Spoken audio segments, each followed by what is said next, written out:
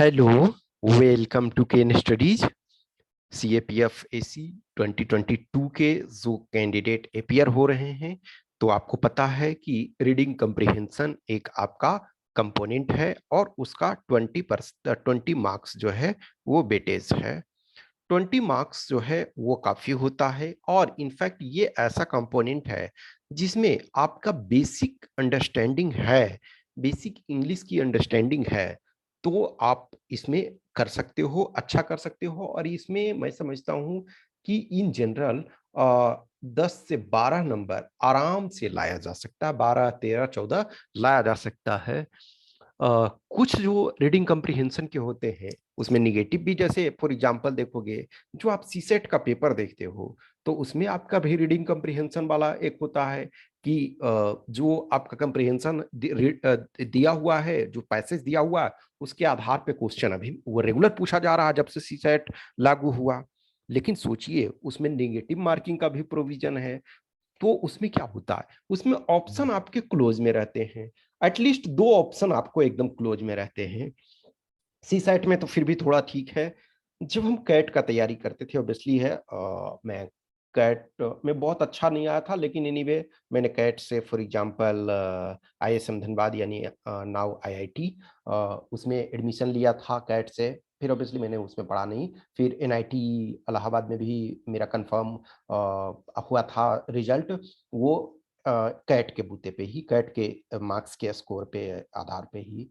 तो कैट वाले में जब हम रीडिंग कॉम्प्रिहेंशन देखते थे तो बहुत डिफिकल्टी, इनफैक्ट ऑब्वियसली है, उस समय मेरा खुद उतना अच्छा नहीं था तो मैं बहुत अच्छा नहीं कर पाया था। क्वांट वाले सेक्शन में मैंने अच्छा कर लिया था, तो क्वांट वाले सेक्शन के कारण मेरा रिस्पेक्टेबल आ गया था। ऑब्वियसली आईआईएम से फर्स्ट राउंड में रिटेन के बाद कॉल आया, लेकिन सेकेंड राउंड में चूंकि मेरे मार्क्स 10 12 ग्रेजुएशन में बहुत कम थे तो इस वजह से फर्दर प्रोसीड नहीं हो पाया। तो मैं समझता हूँ कि उसमें बहुत डिफिकल्ट होता था आज भी, इन द सेंस कि जो ऑब्वियसली अब मैं एक्चुअल में कैट का एग्जाम को मैं ध्यान देखता नहीं हूँ। आज से 10 ईयर प्लस बैक जब देखते हैं तो उस समय ऑब्वियसली तैयारी करते थे, तो उस समय चीज़ों को, तो उसमें बहुत डिफिकल्टी होती थी कि सोचो चारों ऑप्शन आपको दिए हुए हैं, या आज भी सी सेट का कुछ कुछ पेपर देखो, बहुत डिफिकल्ट होता है कि एक्चुअल में क्या ऑप्शन होगा। और सबसे बड़ी बात है कि आपके with in limit, time limit ये भी तो देखना है ना कि टाइम के अंतर्गत ये करना है। यहाँ आपके साथ ब्यूटी क्या है कि निगेटिव मार्किंग का कंसेप्ट नहीं है, और जो रीडिंग कम्प्रिहेंशन दिया जाता है तो वो आपका सिंपल दिया जाता है। ऐसा नहीं दिया जाता है कि जो बहुत टफ है, जो आप नहीं कर सकते हैं, ऐसा नहीं दिया जाता है। इन जनरल जो है वो सही आपका रहता है। हाँ, कुछ एक टाइम में थोड़ा सा टफ पूछा जाता है, लेकिन सम टाइम आपका मेजोरिटी ऑफ टाइम जो है एवरेज आपका रहता है। ये माना जाता है कि ये कोई भी ग्रेजुएट है, हाँ अब ये मानते हैं वो कि हिंदी मीडियम वाला भी उसको अटेम्प्ट करेगा, इंग्लिश मीडियम वाला भी अटेम्प्ट करेगा। तो इंग्लिश मीडियम वाले के लिए वो केक वॉक हो सकता है, लेकिन हिंदी मीडियम वाले को पसीना छूट जाएगा। तो ऐसा वो कोशिश करते हैं कि चलो एटलीस्ट एक बेसिक अंडरस्टैंडिंग जिसके पास। अब फॉर एग्जांपल जैसे प्रेसी राइटिंग 21 वाला देखो, 2021 का वो बहुत टफ था, मैं मानता हूँ इस चीज को। एटलीस्ट हिंदी मीडियम के जो छात्र थे उनको ये बहुत कठिनाई हुई। अभी भी आप देखो, उसको ईमानदारी से पढ़ करके देखो, आपको ये जो प्रेसी राइटिंग 2021 वाला जो है वो बहुत टफ होगा। तो रीडिंग कम्प्रिहेंशन में क्या आपको ध्यान रखना है कि पैसेज, जैसे ये वाला जो पैसेज 2020 वाला, हमने इसमें एक सैंपल लिया हूँ 2020 का, ऑब्वियसली सैंपल सॉल्यूशन उसका भी दिखाऊंगा, उसका बताऊंगा। तो ये जो एक तरह से पैसेज बहुत आसान था, लेकिन कई पैराग्राफ में, इनफैक्ट पैराग्राफ बहुत छोटा छोटा इसमें बनाया गया था। ऐसे इन जनरल समटाइम देखोगे कि 2 ही पैराग्राफ में पूरा समाप्त कर देते हैं, किसी में 3 पैराग्राफ, लेकिन इसमें मल्टीपल पैराग्राफ बनाया गया। हाउएवर पैसेज टोटल बड़ा नहीं था, लेकिन उसको बहुत सारे पैराग्राफ में बनाया गया, लेकिन बहुत सिंपल, एकदम ल्यूसिड टर्म में दिया हुआ कि कोई भी सिंपल कैंडिडेट है, मैं समझता हूं इससे सिंपल नहीं आ सकता है। तो आप पॉजिटिव एटीट्यूड रखना है कि यस ये हम करेंगे, और ये कंपोनेंट को किसी भी कीमत पे नहीं छोड़ सकते हैं। Always believe me. हाँ, सम टाइम फॉर एग्जांपल आपका जैसे 2020 में जो आर्गुमेंट राइटिंग था वो बहुत टफ था, तो उसमें चैलेंज बहुत लोगों का आया। इनफैक्ट जो 2019 में सेलेक्ट हो गए, उसके बाद उन लोगों को भी सिलेक्शन फाइनल लेने के बाद भी लोगों को डिफिकल्टी हुई। तो आप इसको देखो, जो आपका रीडिंग कम्प्रिहेंशन है, उसका हम ये देखेंगे। सैंपल देखते हैं, ये जो आपका CAPF AC 2020 में पूछा गया है। तो इसमें कह रहा है कि after every party it is time to clean up, Mount Everest is no different. यानी जब हम कहीं भी पार्टी करते हैं, फॉर एग्जांपल मैरिज हो, बर्थडे पार्टी हो, या फिर कोई भी पार्टी हो किसी का, जैसे डेथ होता है उसके बाद भी ब्रह्म भोज जिसको हम लोग यहाँ बोलते हैं, तो वो करते। तो हर पार्टी में जिस ढंग से क्लीन करते हो, तो माउंट एवरेस्ट पे भी क्लीन करो। इनफैक्ट कहीं भी जैसे आप टूर ट्रैवल में जाते हो, तो एटलीस्ट हम लोग जहाँ भी जनरली कोशिश यही रहता है कि जहाँ फॉर एग्जांपल ट्रैकिंग वगैरह के लिए जाते हैं, ये चीज मैंने एक स्टूडेंट से एक फ्रेंड से सीखा कि जब भी जाओ कहीं भी, तो रैपर जो होता है आइदर प्रॉपर डस्टबिन है वहां डालो, या फिर अपने बैग में रखो। और ये चीज मैंने जब मैं गया उसके साथ, तो मैं ये सारी चीजों को देखा। तो यही नहीं, हमने ये चीज को भी देखा कि इफ पॉसिबल कोई, हम तो नहीं फेंकेंगे, कोई दूसरा यदि फेंक रहा है, ये फेंका हुआ है, तो हम कोशिश करेंगे आसपास यदि डस्टबिन है और जिसको हम कैरी करके डाल सकते हैं, तो वो करने की कोशिश ये करो। ये चीज आप बहुत देखोगे कि जो एनवायरमेंट से रिलेटेड आपको अवेयरनेस ये होना चाहिए, ठीक है। तो the record number of climbers crowding the world's highest mountain this season has left a government cleanup crew grappling with how to clear away everything from abandoned tents to human waste that threatens drinking water। ये कहता कि जो आज के date में ना, अब धीरे धीरे करके इनफैक्ट हर जगह देखोगे कि पहले हिल स्टेशन में वो जो ब्रिटिश थे, तो बोलते थे ना कि मैन, ये Indians and dogs are not allowed. और इंडियंस में वही जाएंगे जो एक तरह से मजदूर वर्ग के हैं, कि उनके सपोर्ट के लिए है। तो धीरे धीरे करके अब लेकिन जो लोअर लेवल में, इन द सेंस की जो हाई लो एलिवेशन में था, वहां इतना ज्यादा क्राउड हो गया कि धीरे धीरे लोग हायर एलिवेशन में जा रहे हैं। अब फॉर एग्जांपल जैसे कुछ जगह मैं अब तक हाईएस्ट एक तरह से एलिवेशन में गया हूँ, हेमकुंड साहिब ग्लेशियर, तो समुद्र तल से 4300 समथिंग मीटर है। तो 4300 मीटर भी बहुत माना जाता है। तो वो एक चढ़ाई, अब उसमें क्या है, पूरे हम वॉक करते गए। तो अब धीरे धीरे करके लोग माउंट एवरेस्ट पे भी चढ़ने लगे हैं, क्योंकि क्या है, अब बहुत सारे इक्विपमेंट्स आ गए हैं, बहुत सारी चीजें आ गई है, सुविधाएं बहुत है, और लोगों को एक देख चुके हैं कि अच्छा सक्सेस रेट अब अच्छा खासा है, तो लोग जाते हैं। अब जाते हैं तो जाने वक्त तो जोश होता है, लेकिन आने वक्त बहुत सारी चीजों को वो छोड़ देते हैं। तो इसमें क्या है, abundant tents, human waste that threatens drinking water. कहा budget expedition company just charge 30,000 पर क्लाइंबर। अब $30,000 ये है, ठीक है ना। इसको ये में करोगे तो आपके रुपए के टर्म में, इसको आप सपोज अभी मान के चलो कि 75 है, तो इसको 75 से ये गुना करोगे, तो ये आपके बहुत सारे रुपी टर्म में अच्छा खासा ये पैसा हो जाएगा। लेकिन $100 टर्म में है, तो वो एक तरह से कम लेते हैं। तो जस्ट 30,000 पर climber. Cutting cost including waste removal. अब जो सपोज किसी ने अपना गार्बेज वेस्ट जो ये कर रहा है, तो वो सारे को रिमूवल उसको करना है, वो सारे चीज को करते हैं, उसमें इंक्लूड करते हैं, लेकिन एक्चुअल में वो प्रॉपर फिर कर नहीं पाते हैं।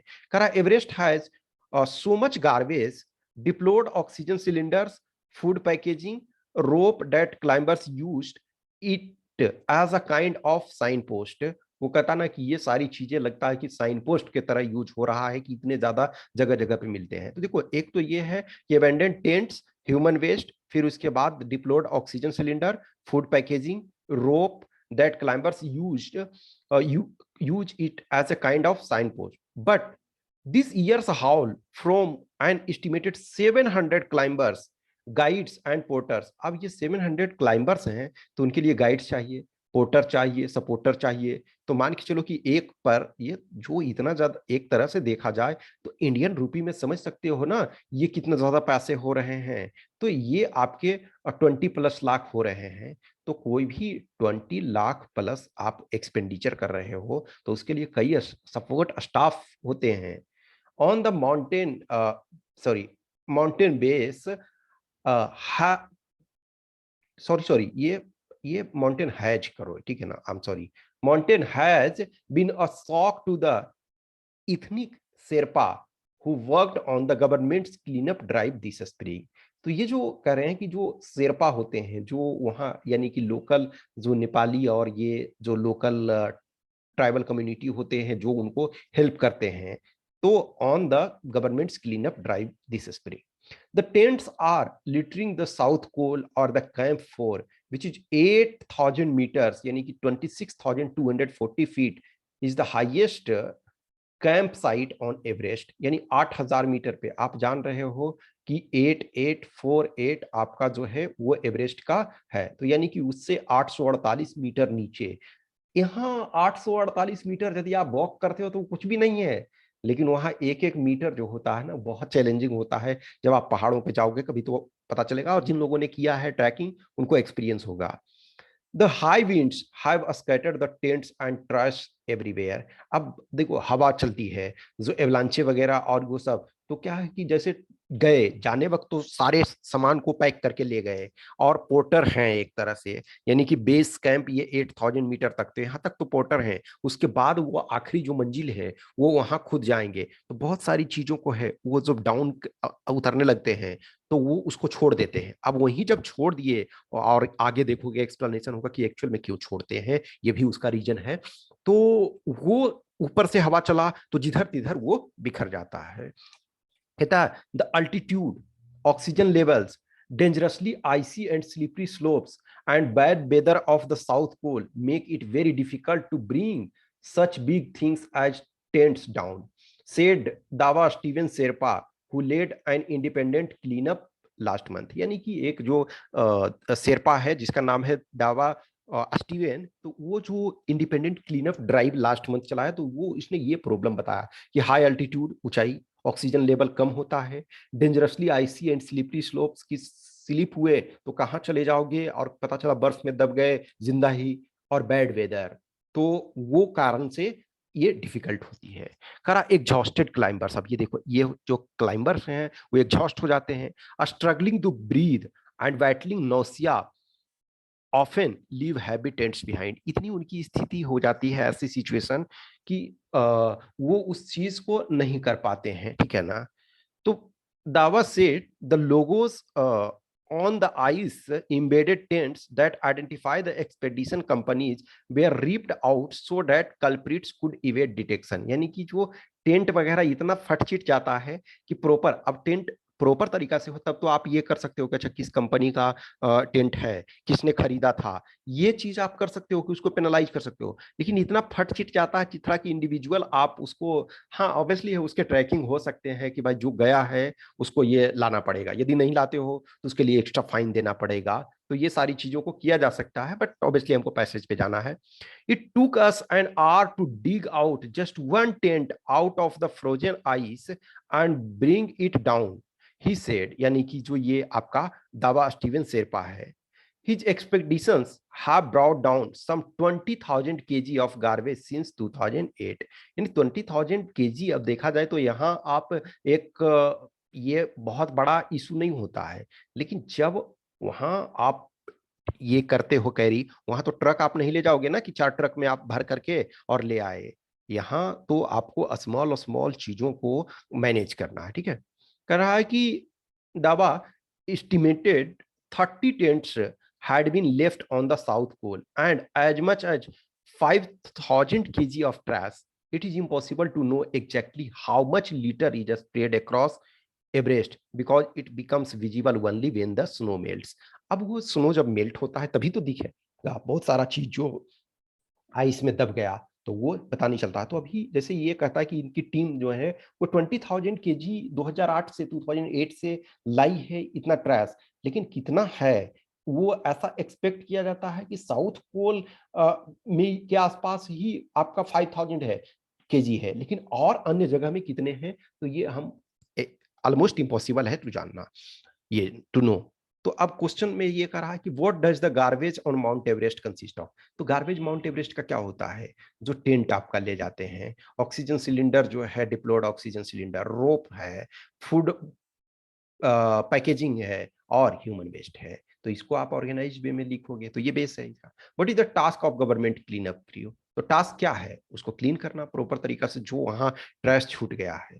अब ये है डिफिकल्ट क्यों होता है, क्योंकि वेदर वगैरह सही नहीं है, हाइट, स्लिपरी, एलिवेशन, ये सब कारण डिफिकल्टी है। अब why do climbers leave their heavy tents behind on the mountain while returning, returning में क्यों छोड़ देते हैं? बहुत सारे लोग शौक से नहीं छोड़ते हैं, उनका प्रॉब्लम होता है, लेकिन उसका प्रॉपर मैकेनिज्म होना चाहिए कि जब वहां थक जाते हैं, जो लो ऑक्सीजन लेवल होता है, एग्जॉस्टेड हो जाते हैं, नौसिया और बहुत सारी चीजों के कारण। तो why it is difficult to estimate the amount of garbage left, तो लास्ट में देखोगे ना कि जब बहुत सारा जो बर्फ में दब गया, अब वो उसका जब सन के लाइट से मेल्ट होगा तभी पता चलेगा। तो इसको अब ये सिंपल है, इसको बना करके आप ये प्रेजेंट करोगे। अब ये एक सैंपल सॉल्यूशन है, ऑब्वियसली आप इसमें मॉडिफाई कर सकते हो अपने अकॉर्डिंग, जो भी आपको लगता है कि हम इससे थोड़ा बेटर कर सकते हैं तो कर सकते हैं। ऑलवेज ऑप्शन आपके पास होता है बेटरमेंट करने का। तो कहा कि what does the garbage on Mount Everest consist of, तो माउंट एवरेस्ट पे जो गार्बेज में क्या होता है, तो garbage on Mount Everest consist of क्या है, depleted oxygen cylinder, rope, tent material, food packaging material, food waste, human excreta and other used material by climbers. ठीक है, अब नेक्स्ट है task government clean up crew का क्या है। The task of the government clean up crew is to find the maximum possible waste and garbage left by climbers and bring back to down the earth and make arrangement for their disposal so that Mount Everest can be kept clean and the water sources should be clean। अब ये एक उस form में नहीं दिया हुआ है, लेकिन आपको थोड़ा सा सेंटेंस को फ्रेमिंग करना है, जितना ब्यूटीफुल आप फ्रेमिंग करोगे वो उतना आपके लिए फायदेमंद होगा।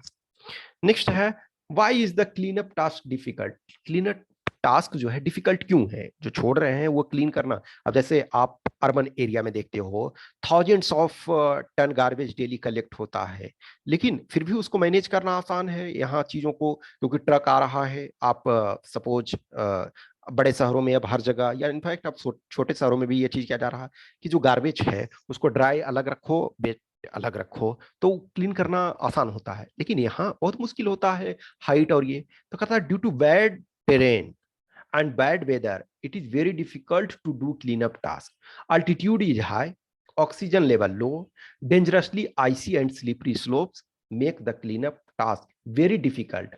And also many times, many waste materials are dipped in thick ice sheet and only when ice is melted they are visible। तो ये जैसे कहता ना कि वो जो दावा आपका बताते हैं ना कि एक ही टेंट को हमको उखाड़ने में 1 घंटे लगे, अब उसमें भी मौसम खराब होगा तो फिर आप कैंप में चले जाओगे, उस काम को अधूरा रखोगे। अब उस बीच में कुछ खप फट चिट करके चिथड़ा उधर, तो जहां आपको विजिबल है, थोड़ा सा विजिबल आपको है, हो सकता है बहुत अंदर तक है, अब उसको खोद करके एक पार्ट को निकालना होगा, तो वो जो है डिफिकल्टी होती है। नेक्स्ट क्वेश्चन का रहा है कि क्लाइंबर्स क्यों छोड़ देते हैं habitants behind the mountain while returning. तो कहा कि while climbing climbers have more energy and enthusiasm to reach the destination, but यहाँ ये लगा सकते हो, but while returning they are exhausted and due to struggling in breathing and due to battling nausea often compel climbers to leave tents like heavy items on top itself। ठीक है, तो ये next है why is it difficult to estimate the amount of garbage left behind by the climbers. क्यों estimate करना difficult है, क्योंकि ये जो बोलता है ना कि 2008 से 20,000 के करीब तक 20,000 केजी कम से कम गार्बेज कलेक्ट कर चुके हैं, और एटलीस्ट जो साउथ पोल जो यानी कि बेस 4 है एक तरह से, वहां के आसपास ही करीब अभी 5,000 के आसपास बचे हुए होंगे केजी। ये एस्टिमेशन है, उससे बहुत ज्यादा भी हो सकता है। करा it is very difficult to estimate the amount of garbage left behind by climbers as there is no proper record what they have। ठीक है, ये ब्राउट होगा, ठीक है ना, सॉरी बाउट की जगह brought down, and what they have left and what they have left all are not visible and many tent parts are spread here and there and some are deep down the ice sheet and visible only when ice melts, so it is very difficult to estimate. तो ये एक simple में से है। अब इस ढंग से आप लिखते हो तो 13-14 नंबर आराम से दे दिया जाएगा, आपको 13-14 नंबर मिल जाएगा। लेकिन हो सकता है कोई आपका टफ आ जाए, तो दैट्स फाइन, आपको टफ भी है तो उसको आपको करना है एनीवे। ठीक है, तो कुछ भी क्वेश्चंस, क्यूरी, डाउट्स रहता है तो आप हमें कमेंट बॉक्स में कमेंट कर सकते हैं, या इस व्हाट्सएप नंबर पे मैसेज कर सकते हैं, या इस टेलीग्राम नंबर पे, और जिन्हें भी टेस्ट वगैरह देना है वो संपर्क कर सकते हैं। Okay, thank you.